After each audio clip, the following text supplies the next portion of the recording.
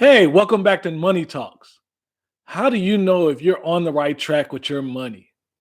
Well, we're going to talk about that, and I'm going to give you a few indicators of how you can tell where your money is going and if you're on the right track. But first, if this is your first time here, please click subscribe so that you're notified of every time I upload a video. And if you like this content or any other content on my channel, go ahead and give it a thumbs up so I know to keep bringing it to you. And lastly, if you're here while I'm streaming this, please feel free to comment and tell me what you like, or just let me know that you're here. So often we get discouraged by not feeling like we've made the right progress with our finances. Or maybe you've been really attacking the debt and really be focused on your budget, but you don't really know, hey, am I doing better? Is this better than I was before? How do you know? Well, let me tell you a few things that you can look at just to let you know that, hey, you're on the right track. Keep going. And before you know it, you'll wake up and be financially independent and actually probably a millionaire. So, number one, the first thing you want to be able to tell yourself is, hey, I pay my bills on time. Pay your bills on time, even before time, kind of lets you know you're controlling your money to the point and you're planning that you understand when your bills come in and what's due. That's a crucial piece of understanding where every dollar is going and when it has to go out. Number two, you pay your credit cards in full every month.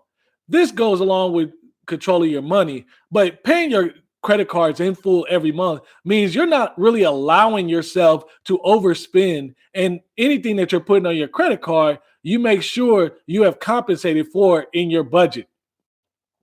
Number three, you want to make sure that you have no other debt.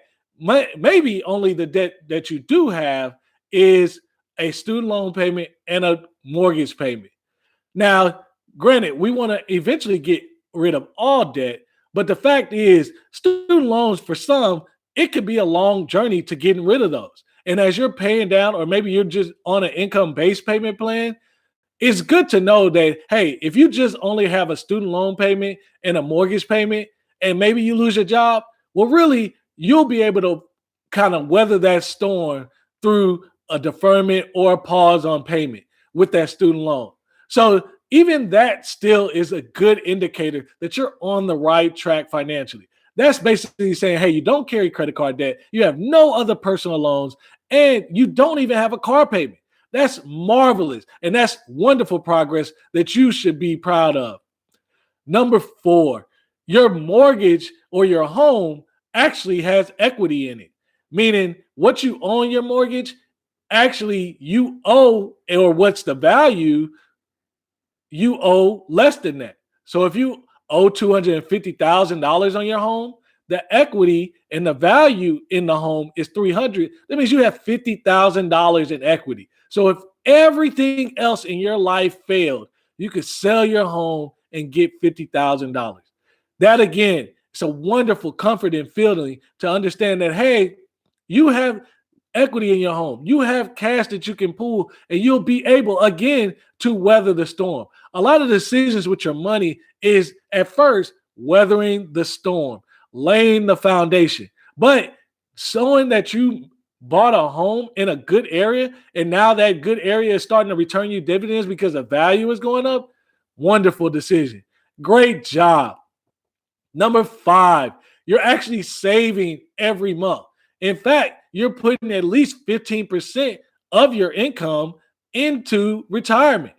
That is a wonderful head start to getting your retirement started and also securing your legacy for the future. It's important that you understand that a lot of financial decisions you make now is going to affect what you're able to do in the future. So by starting at least that baseline of 15% and working your way up to 20 and 25 gradually, you will uncover an insurmountable amount of wealth. And at the same time, again, you're working your budget like in step four, where you're knocking down that debt of the mortgage and the student loan payment. So you have things working both ways for you, and it's expanding your ability to create wealth every time, every payment. And after you invest, Now you can come to that last point. You actually sit down and do a net worth statement. And not only do you do a net worth statement, you're actually in the positive right now. So, understanding that what your full financial picture looks like is very important for you to be able to make progress in your finances. When you really start to turn that page and you're in a positive net worth, meaning what you own outweighs what you owe, that's where you really start to get the fire and desire to move forward with your finances. That net worth statement is critical because your budget usually typically lends and uses a month to month approach. But by looking at that net worth statement, you're taking everything, the car values, the home values, the any possessions, the assets, cash, anything you have, that's going to be in your net worth statement. And when it's positive and growing, because it will grow over each year, over a year, that is a huge indicator that you will unlock some wealth. And before I remiss and leave this video, one more indicator that I have to make sure I remember is you have an emergency fund, meaning if something should happen for either 6, 8 months, maybe you have a repair at home, maybe you have to be out of work, maybe you have a health issue, you are prepared via the 6 month or more emergency fund to be able to weather that storm completely. I hope these indicators will help encourage you that number one, you're not doing as bad as you think you are. And number two, you're making progress. But until next time, I hope to see you soon.